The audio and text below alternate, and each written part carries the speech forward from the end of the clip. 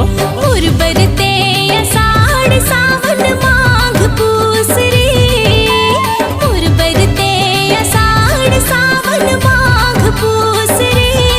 तोरे हंसना बोलना मोहि मन मोहना, तोरे माया मखो सरे। तोरे हंसना बोलना मोहि मन मोहना, तोरे माया मखो सरे।